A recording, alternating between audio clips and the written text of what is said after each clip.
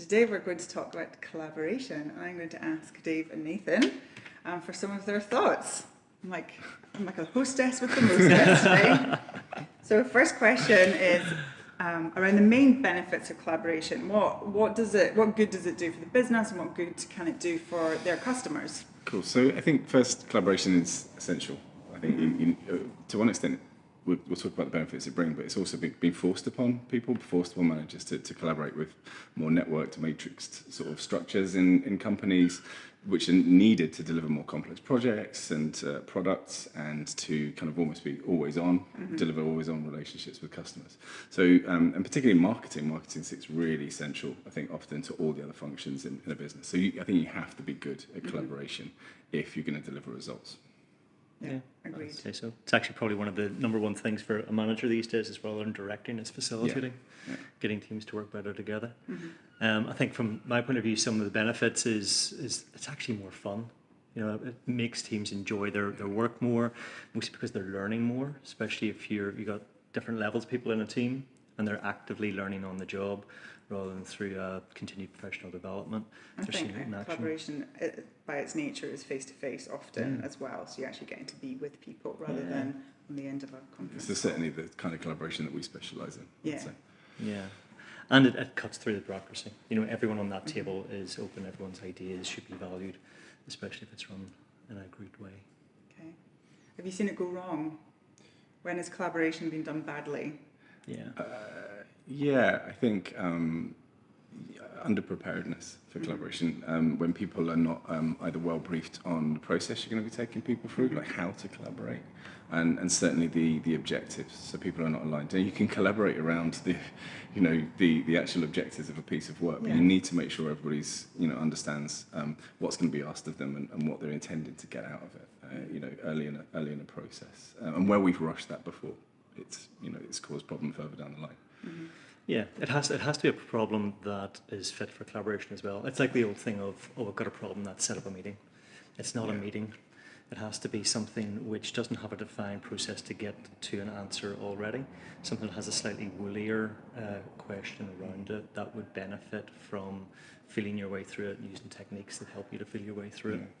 There are some things you just need to work in on your own as well. So over collaboration isn't always the answer. Creative Commons report said that managers are 85% of their time spent on meetings, phones, and email. So that leaves 15% of your time. Less than 1 day a week. To actually be thinking and coming up with kind of solutions. And sometimes you need to protect that time, I think, as well. I think so. A lot of the time we have found that it sort of sorts itself out. Because if you're looking to get 6 or 7 people in a room and then you're trying to organise diaries, if the problem isn't big enough, that's just not going to happen anyway. From leadership down, that to say, no, this is important enough to devote time to, and then collaboration with people walk in the room will generally happen quite well. Yeah, makes sense. What are your favourite techniques for encouraging collaboration? Because it doesn't just happen. No. And I think it's one of these things that you think, okay, get people in a room and it will just happen. It doesn't. Yeah. You have to structure it. I think that's why we like sprints, starting with the Google Venture sprints, because particularly for that reason, it's really well documented. It tells you what to do, like in half-an-hour chunks through the course of a week. And if you've not got an organisation that's used to collaborating, it's a great starting point. And then going through that week-long process of collaborating on one problem, sharing a solution, creating something and testing it. You'll not only get the benefits of the sprint, but you'll also learn a load of other really useful kind of techniques and tools and practices. And you get a tested product at the end of it, which is often where these things fall down. Is you need to have shared ownership, and so if you get to the end of a project and everyone walks away, then the problem's still left on that table. Where if the collaborative process ends with something which is proven that can be moved into production quite quickly, then there's a bigger benefit to it. Similarly, I think getting people in the room, they probably have walked in with preconceptions or with bad experiences before from collaboration. So get all of the crap out on the table right away. Get everyone from the get-go, okay. Level it. Yeah.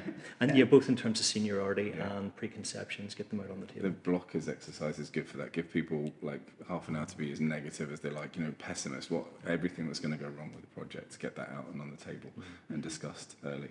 That point around, it being a democracy is great, but again, just to stress the point, you need an owner in these things, someone who is going to drive things forward, otherwise it just falls between everybody else's responsibilities.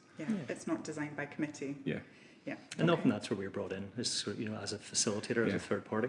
And so it's our job to make sure that it runs fast and that all of to take that 50,000 foot view of saying, okay, how is this running? How are you going to get the best out of this team?